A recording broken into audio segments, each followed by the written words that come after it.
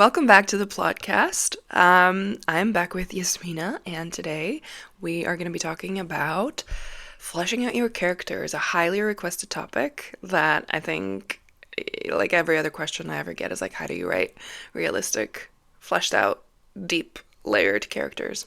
So, we'll be answering that for you today.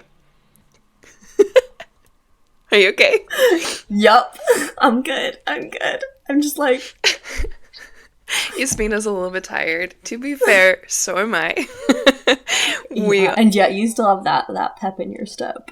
Oh yeah, it's all act, baby. It's all act. It's showbiz, right? Give him the old razzle dazzle. Welcome to the Plotcast. I'm your host, Char from the Plottery. I'll help you plant little but mighty seeds of motivation so you can watch your ideas grow into beautiful, beautiful novels. Fleshing out your characters. I think we have to, at least I have to, start from internal conflict and character arc, and I think like everyone's going to be very tired of hearing that by now, but it is what it is. But they haven't heard it in this format before, so... True, very true. Yeah. You get to actually hear me ramble about it this time. So, yeah, what are your thoughts? Where do you begin when you sort of start working on your characters? I tend to go for the internal conflict as well, and I actually got that from doing your novel plotting worksheets. That formula you have for the internal conflict really works for me. And the happy dance, you're like, I know it. Yeah, so I do come up with kind of the basic information like name, age, those sort of things. But before I go into like a character interview or backstory, I'll usually try and determine what their external goal is and what their internal goal is and how that kind of reacts as an internal conflict. Yeah, I think what I've found with people that I've worked most with is that a lot of them will have their internal goal, and then most of them like struggle with the plot and the external goal, but I think that's okay. Like I would usually rather have it that way than the other way around, because it's sometimes easier to be like, okay, I know that, for example, the internal goal of this character is going to be that they need to, I don't know, overcome their fear of something. Their fear of hanging out with other people or something like that, like making friends or... Relatable. But, and then, you know, if you don't have an external goal, you can kind of go from there and give them something that's going to then challenge that internal goal and, like, put them in a situation where they have to, like, I don't know, like, put them in some kind of context where they have to work as a team, but then they try and do it on their own because they're, like, so independent and edgy. Yeah. See, I find it normally, because I mostly work with fantasy, it's the other way around. Like, they'll have a really clear external goal, like, we need to save the kingdom from this evil wizard. But there's no internal character arc or anything, which is why so many fantasy writers come to me and they're like, why is my character falling flat? I'm like, well, because they have no personal drive. Like, they just want to solve a problem, but it doesn't have any bearing on who they are as a person. And so it's finding that interaction between the broader plot goal and the individual that makes for an interesting character, I think, and makes for a character arc. Yeah. That is, like, perpetuated by the plot. Yeah, absolutely. I think, like, if your character is just a stand-in who doesn't actually change, but they just try to mindlessly overcome some kind of plot goal, that it's, like, inevitable that they're going to be flat no matter how many quirks or personality traits you give them. Yeah. Or if they're someone who's moved by the plot as opposed to the plot being moved by them, they're going to fall flat again. If they have no agency. Yeah. And they're just, basically a piece of furniture in the plot. Yeah, absolutely. I think that's like a big misconception that usually when you think your character's falling flat, you think like it's about their personality, like something's wrong with their personality, but really it's usually just the internal stuff. It's not like the stuff that they exhibit on the page or how they talk to other characters. That doesn't really like they can interact with other characters whatever way you want. You can give them whatever personality you want to give them, but it's gonna ultimately be the depth of it is gonna be down to whether they're actually changing throughout the story and they're actually achieving something internally.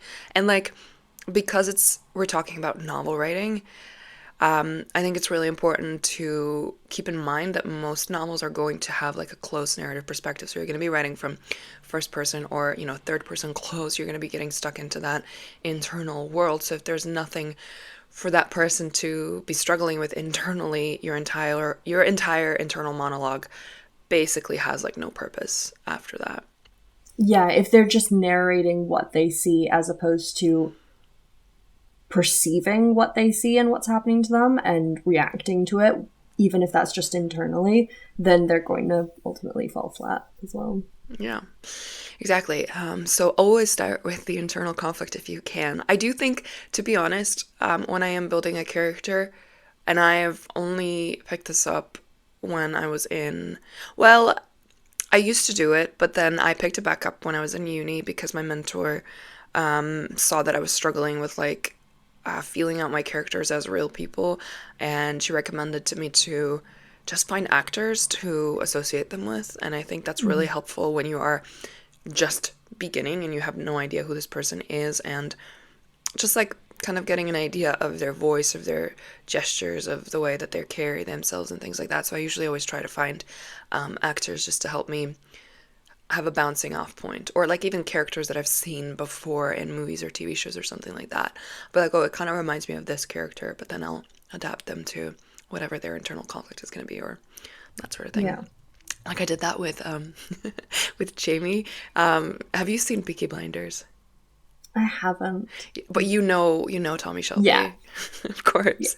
So I was trying to come up with a character for Statue of a Woman, and I came up with Jamie, and the external sort of voice and just looks, I guess, was based off of Tommy Shelby, but he could not be more different in personality than Tommy Shelby. So but I thought it was a good jumping off point for me to just actually get a vision of the character in mind and then kind of mold him to what I needed him to be. And that was like it was definitely a journey getting there, but I think for me that's very helpful to like have a starting point because I do actually struggle with like visualizing things and visualizing people. I know some people can just like come up with a character out of nothing, but for me it's like I can't, like I have to have already seen something in order to be able to think about it. So yeah.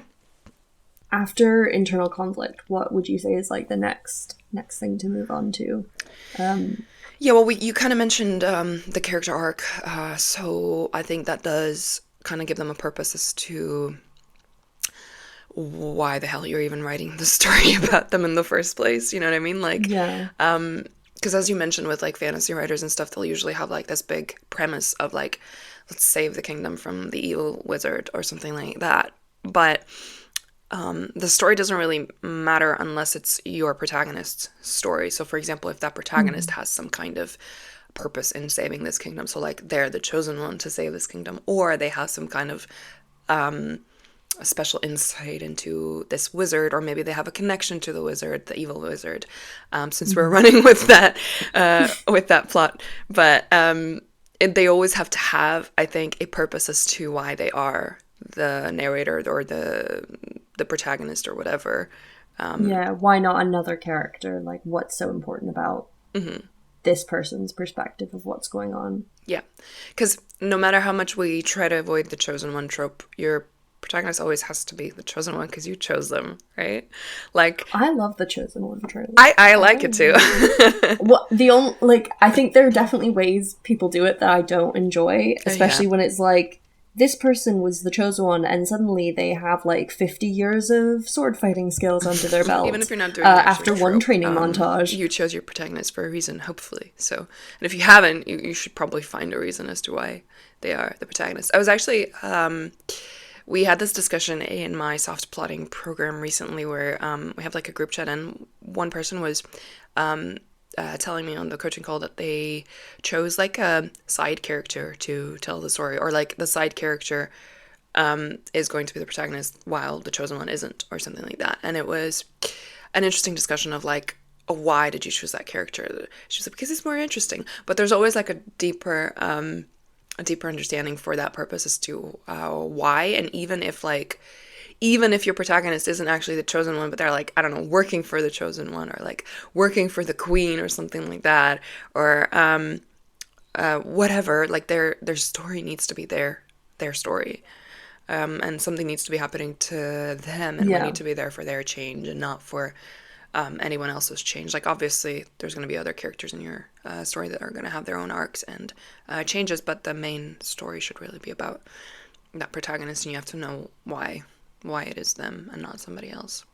I think just not to be super generic, but why is always such a good question to ask yourself over and over again when you're planning the book. Like, why am I choosing to do this? And it can often lead to like you learning more about your story, more about your themes and stuff like that, and more about yourself. Yeah. I love the question why. I feel like it's such a cheat sheet for all of my coaching calls. So like, Yeah. I was just asked them, And like, how did why? that make you feel? Exactly. It's like book therapist question. It's like yeah. the equivalent for book coaches. Why? And why did you make that choice? Yeah. It really is. It really is a neat little trick. But I do think like ultimately, when you do make a choice for your book, you probably like your subconscious probably knows why, and it's probably the right choice most of the time. But it really helps if you actually question it and you try and get to the bottom of it, because then you're gonna gain some like clarity on your own psyche and why you chose that, and the story, and like what sense, Yeah. like what direction is it moving in. But yeah, other than that, I think once you do know why you're writing it, I think it kind of extends to the other direction, which is the backstory. So I think your characters, I feel like people are going to go into this podcast, how do you flesh out your characters? And they're going to think like, oh, we're going to talk about like how to give them quirks and how to give them personality traits and stuff. I'm like, no. No. I think I have that. Do I have that on the notes even? I have like, no, I actually don't. No.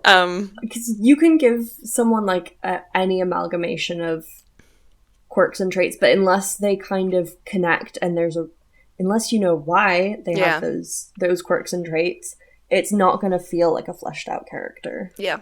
And what I usually refer to the backstory as is the why. Like, your backstory does answer your why. So like if you have like, I don't know, a snobbish character as your protagonist, and they're like really sassy and they have no emotions and whatever, why?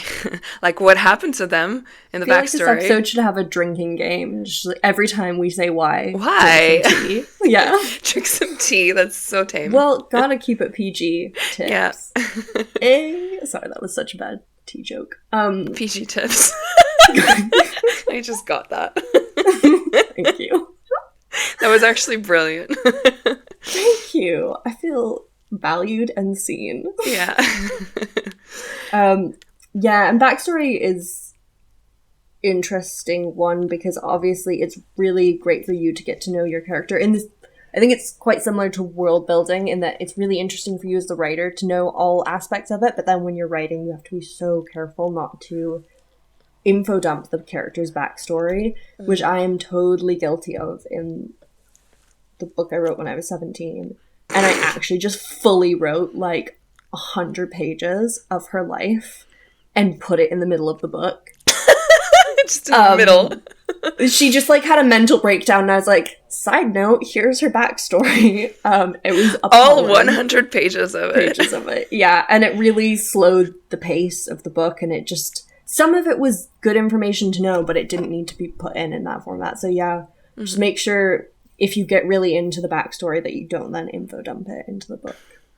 Yeah, I think a flashback here and there is okay depending on what kind of book you are writing, but yeah, with backstory, it's such a fine line to tread. It's really good to know. I think sometimes it's like 90% of the backstory that you know is not actually going to be written anywhere, but it's going to reflect how you write your character in the present. Yeah. And I think that's such an important step to do, because sometimes, like, I even had these little exercises that I did for Statue of a Woman, where I just wrote little backstory pieces for Mm-hmm. some of my side characters. Some of my side characters, I say like I have so many of them. I have four in total. Four characters in total. But for like two of them, I wrote like little backstory pieces. So they were just short stories, just for practice, just to kind of get to know what they were like before any of the events of the story. And those those little pieces kind of helped me figure them out and how to write them. But literally, not a single thing that I wrote in those short stories is actually in the book. But it does come through the subtext and how the characters speak to each Mm-hmm. other, because I know what happened to them. I know how they communicated through it. And even though the reader doesn't know all the details, you can kind of tell, I think, when you're reading, like, oh, they went through something together, or like there was something there that happened. And it Yeah. doesn't necessarily matter what, but you are building a more fleshed out perception of that character, because, you know, they feel like they have been through something, but they also don't feel the need to shout about it to the readers, just so the readers know. Yeah. Yeah. Yeah. It would be like the same way that, say, if you were bitten by a dog as a child, if you hear a dog bark, you might flinch, or if you see a dog, you might cross the street or something. And it's just that is more of a fleshed out quirk than saying this person likes puns. Because there's, Yeah. which I mean, relatable, but like there's a reason Uh-huh. that that character reacts like that to dogs, because of who they are, as opposed to just like a little random quirk that Yeah, doesn't like have any she bites bearing her on their lip. past. Yeah, she bites her lip when she's nervous. Like, Yeah. Why? don't we all? The face she just made. Stunning. Oh, we need to start recording these podcasts, I swear. um, yeah, no, absolutely. I love that example. I think that's a really great, because I didn't write anything in our outline for the episode about quirks or stuff like that, but I really like that Yeah. you can kind of tie that into backstory and stuff, about like, yeah, this is who the person is and this is why they're like it and why they react to certain things the way that they do, rather than just like being, I know, like, I had someone, I think it was an Instagram message or something that someone sent me, and they were like, telling me that they pulled up a character sheet, or like they answered character questionnaires or something, but their characters were still feeling flat, and they were asking me why. But I think the what they were doing is that they were kind of going through the character quirks and stuff, and just kind of, I think the character sheet had like a list of quirks and personality And just traits and like things like that. circling them And she's just without thinking like, about yeah, why. Yeah. exactly, exactly. So if you're not, if you're just doing character sheets like that, of like, oh, here's a hodgepodge of what this person could be, like, here's all these Yeah. little things, I like that trait, or I like this trait.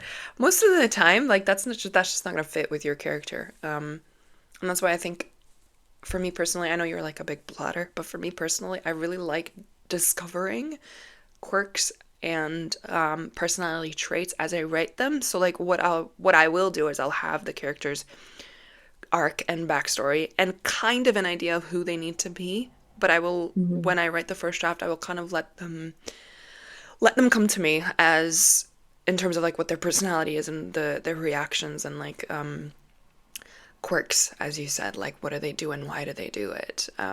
That's the kind of stuff that I don't really plan in advance, if that makes sense. They just kind of come up. I think that's, even though I like to plot, that's definitely the case for me. So say like in Becoming Dangerous, I planned Adra pretty thoroughly, but like one thing I realized while writing is that like giving books is her love language, and she'll like annotate them for people. She's really bad at ever saying like I love you to her family or anything like that, but she'll like write them a poem, or she'll give them a book or something like that. And that's not something I planned on, but as soon as I started writing her, like, yeah, that makes perfect sense that that would be her thing. Yeah, I get that. I think I had the same revelation with Stan, my protagonist in The Wonky Shapes of Liam, when I was writing the first chapter.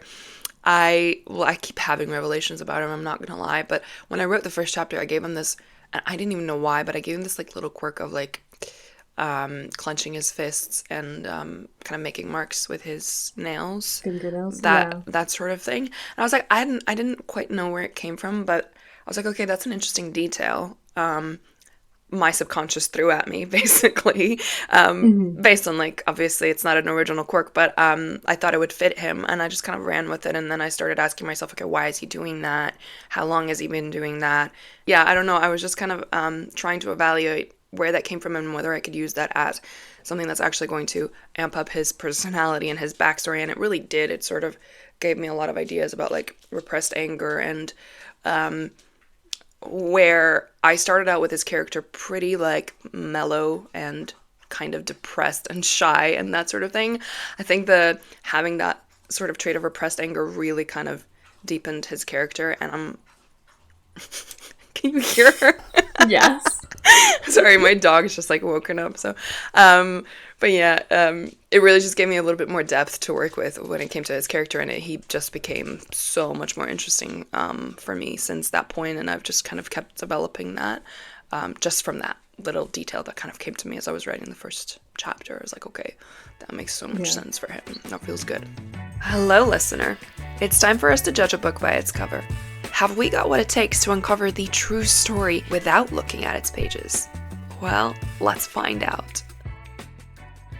Okay, today we are doing The Book of Doors by Gareth Brown, and it is. Where do I start with this? It's got like a. Would you call that a damask sort of wallpaper? Yeah, kind Kind of. of. It's like the background is dark blue with some decorative Leafy damask boys. sort of. I don't know. What is that? I think they're leaves and like The brambles, brambles, raspberries, right? blackberries. I Something don't like know. that. But anyway, on top of the background, we have books, which are kind of also like doors, and they form a staircase. And we have three doors: one at the top, one in the middle, and one at the bottom. And yeah, it looks like the books are forming a world or like a passageway or something like that. And there's a little quote that says, "Some doors should never be opened." I think it's an interesting concept because I don't know. It's kind of one of those things where you look at this and you're like, "Oh, but this is a book. Should I open this book?" It's Ooh. almost like warning you, like, "This is the book of doors, so don't open it." But I don't know. Little Pandora's box vibe. Yeah, yeah, yeah. Exactly. It's like kind of immediately making me think of the Midnight Library of like Uh, sort of all the alternative lives or like maybe parallel universes or like alternate realities or something like that. And they're like the wishful thinking of oh what could have been can lead us down some roads that are better not traveled. I don't know if I have much to add, to be honest. I'm trying to think. You know that expression of, like, when one door closes, another opens or something? Yeah, So I'm yeah. wondering if it's maybe. I do get the Midnight Library vibes, but it gives me slightly darker, a darker tone. Oh yeah, like more sinister sort of. I'm Yeah. wondering if it's maybe like looking into the opportunities that maybe you could have had, or opportunities that you passed up on, or maybe the doors that closed on you, and then you forcefully sort of go back in and try and open them to see what would have happened if you still had that opportunity or something like that. So I do think it's maybe like less cutesy. Well, I suppose Midnight Library is not very cutesy, but I have not read it, but but yeah, it definitely gives me like maybe more scary vibes potentially. I think it's just that quote that gives me the scary vibes though, because other than that, it's giving YA fantasy. Really? Okay. Yeah. Other than the quote. I do think it's interesting that like the two doors at the bottom are dark and the one at the top is got kind of light coming from it. Okay, so kind of like there's a finish line. You have to get to the last one. Yeah. Or there's like a correct choice or something, or that's the life that was lived, and the other one's like, don't waste time in experiments and otherwise because reality is what it is. You're stuck with it. I wonder if we're maybe thinking too deeply about it. I feel like we might be. I'm gonna be like, what if it's something like Narnia, or there's another sort of Ooh. fantasy. I can't remember what it is, but there was like another fantasy movie. There was like kind of Inkheart? having. Was it Inkheart? About the father who could, like, Yes, that's the one where he could like yeah, go into books or something like that, or or like into. bring books to reality or That's it. something. Yeah, yeah, yeah. Might be something like that. Yeah. Yeah. Do you want to read the blurb? If you could open a door to anywhere, where would you go? In New York City, bookseller Cassie Andrews is living an unassuming life when she is given a gift by a favorite customer. It's a book, an unusual book full of strange writing and mysterious drawings. At the very front, there's a handwritten message to Cassie telling her that this is the Book of Doors and that any door is every door. What Cassie is about to discover is that the Book of Doors is a special book that bestows an extraordinary powers on whoever possesses it. And soon, she and her best friend Izzy are exploring all that the Book of Doors can do, swept away from their quiet lives by the possibilities of traveling to anywhere they want. But the Book of Doors is not the only magical book in the world. There are other books that can do wondrous and dreadful things when wielded by dangerous and ruthless individuals. Individuals who crave what Cassie now possesses. Suddenly, Cassie and Izzy are confronted by violence and danger, and the only person who can help them it seems, Drummond Fox. He is a man fleeing his own demons, a man with his own secret library of magical books that he has hidden away in the shadows for safekeeping, because there is a nameless evil out there that is hunting them all, because some doors should never be opened. Okay. So we were just, like, totally off base. You were the closest with, like, the Narnia thing. I was gonna say, yeah, we definitely went too deep into it. Yeah. Into the symbolism. Oh well, it still sounds pretty interesting. I do think it's maybe more commercial than we made it out to be. Yeah, a little more like YA fantasy. Yeah, you were right with that. Yeah, Drummond Fox is a hell of a name, though. Hey listener, we're about to answer some audience questions. Did you know you could submit questions every month to be answered right here on the Plotcast? You can do this by following my Instagram account at @Plottery and keeping an eye on my end-of-month Q&A boxes in my Instagram stories. Make sure to submit a good one, and we might answer it on the next episode. Alright, let's get back into it. Sherry JPEG asks, how to make a cliche character come off as unique? This is, like, maybe the least helpful answer, but I feel like go and do the things we recommended doing to flesh out a character. Because a cliche character usually comes from sort of a trope or, a generic character idea, and what you have to do is then develop it into your own, and the way you do that is by fleshing the character out. So put into practice learning their internal conflict, how they fit within your story, because like, you could have a standard trope character, but they're gonna change depending on the narrative they find themselves in. So figure out how they're a puzzle piece in your story, and that will help them be more unique. Mm-hmm. I would go back to backstory. I think I mentioned this in one of my videos when I was talking about archetypes. So archetypes can tend to be cliche characters. Like, if you just take the archetype and then you, like, copy and paste it into your book, usually archetypes kind of come with their own preset. Like, why are you under the stairs? What are you doing? She's like, why aren't you under the stairs? Join me, mother. Because they come with their own preset sort of set of traits and backstories, almost like if you think of, like, the sort of quiet, dark emo boy sitting at the back of the class who probably probably has an abusive father and his mom died or something like that. And, like, but really, he writes poetry and really he has a soft heart. Like, he has a whole journal full of drawings of you, and it's super romantic and not creepy at all. Exactly. So those kind of characters, they come with, like, their own preset stories, really, is what they are, but it's up to you to make them a little bit more interesting and a little bit more deep. And I do think that you do that using the backstory and asking yourself, like, why did his mom die? Why does his dad drink? Does his dad abuse him emotionally? Does his dad abuse him physically? Because if you switch it up a little bit, you're already adding something different, and you're already starting to subvert those expectations of the archetype. And maybe Maybe his drawings aren't romantic. Maybe he's actually a stalker or something like that. Yeah. So you could like take any little piece of that cliche character and try and twist it into something new and something different to create something that's a little bit more intriguing and unexpected from this sort of character.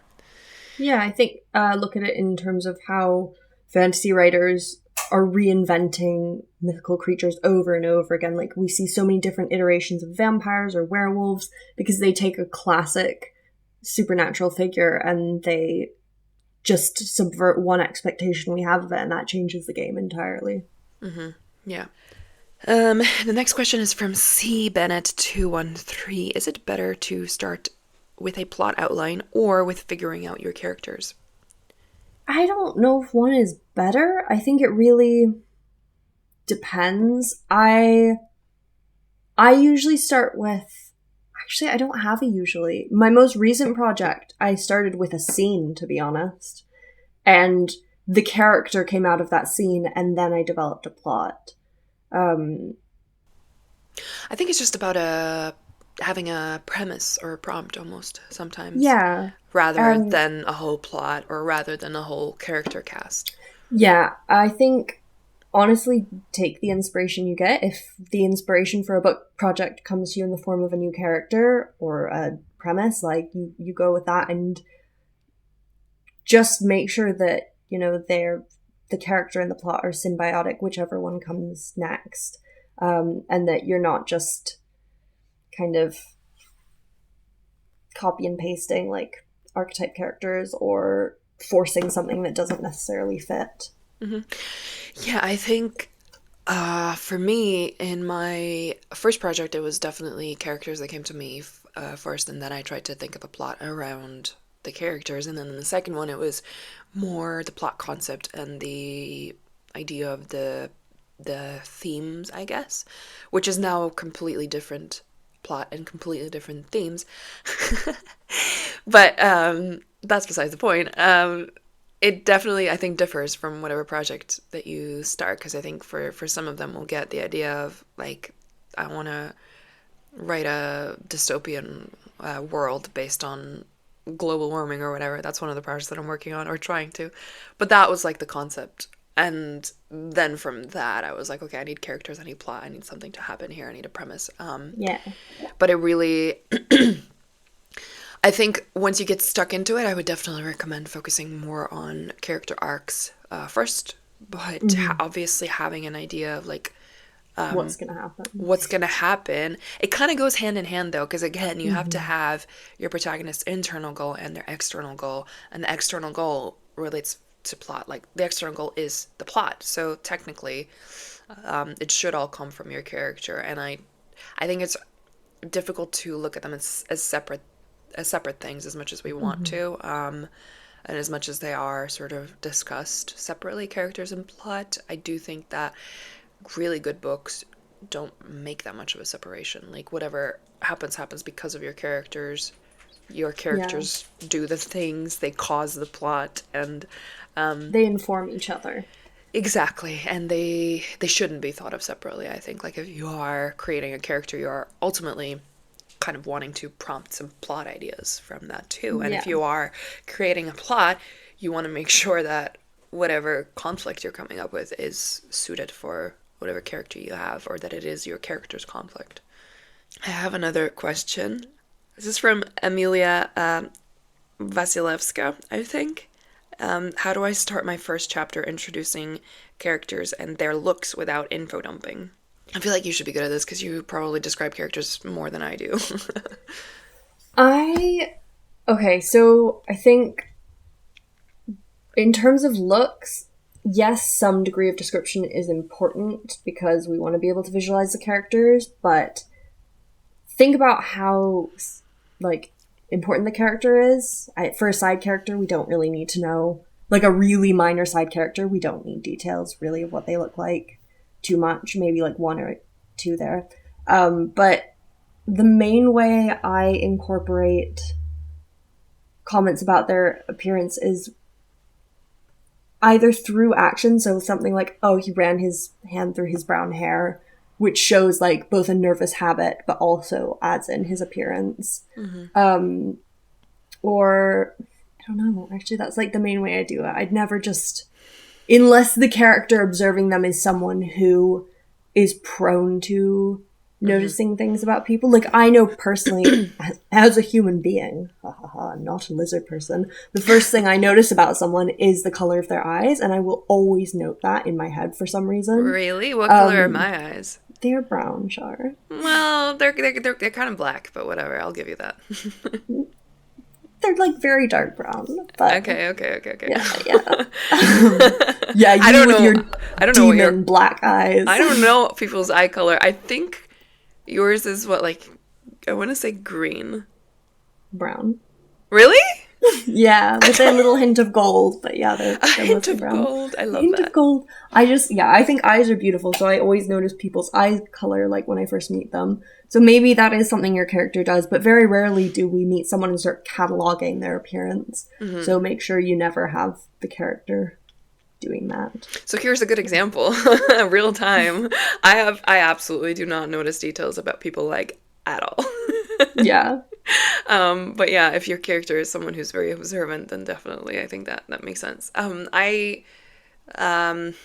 How do I go about descriptions? I don't know. I think, again, that does depend on my character. For example, with the wonky shapes of Liam that I'm writing right now, whenever Liam's on the page, Stan will describe him in excruciating detail, but that is on purpose. Yeah.